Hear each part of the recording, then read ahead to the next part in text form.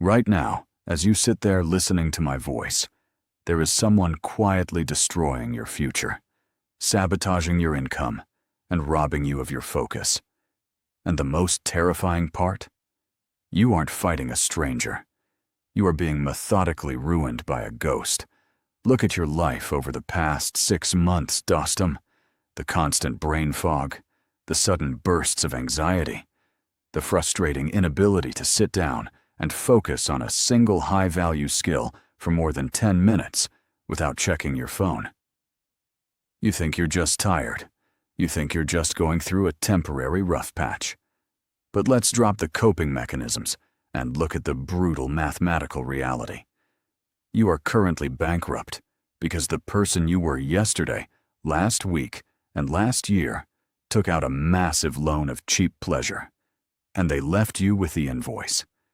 Every single piece of content you mindlessly scrolled through, every hour you spent chasing validation from people who don't matter, and every promise you broke to yourself was a direct withdrawal from your current cognitive capital.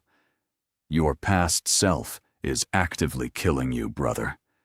And if you don't learn exactly how to default on that debt and step into absolute isolation, you are going to spend the next 10 years paying for the sins of a version of you that doesn't even exist anymore.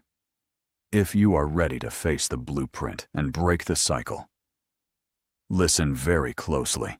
The accumulation of spiritual debt. We like to view time as a linear river, believing that once a day is over, its consequences vanish into the past. But human psychology operates like a cold, unforgiving ledger.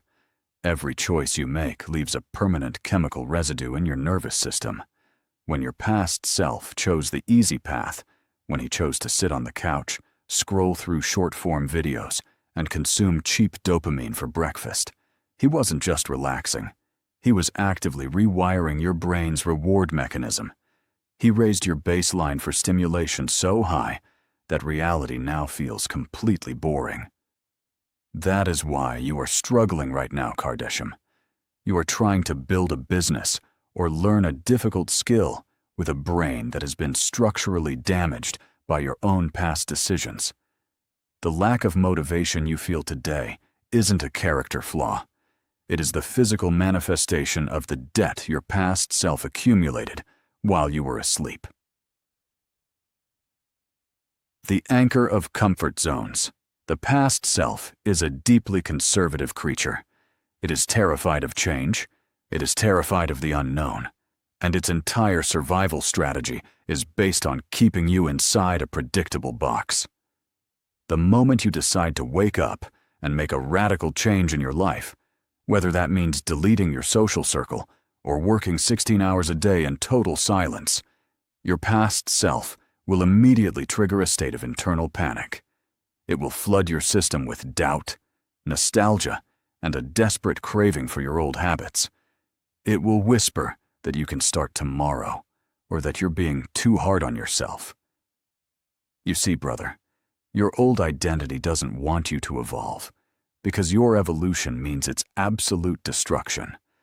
To truly step into your power, you have to treat your past self not as a friend to be coddled, but as an adversary that must be ruthlessly outmaneuvered every single morning. Liquidating the social anchor. One of the most effective weapons your past self uses to keep you paralyzed is your current social circle.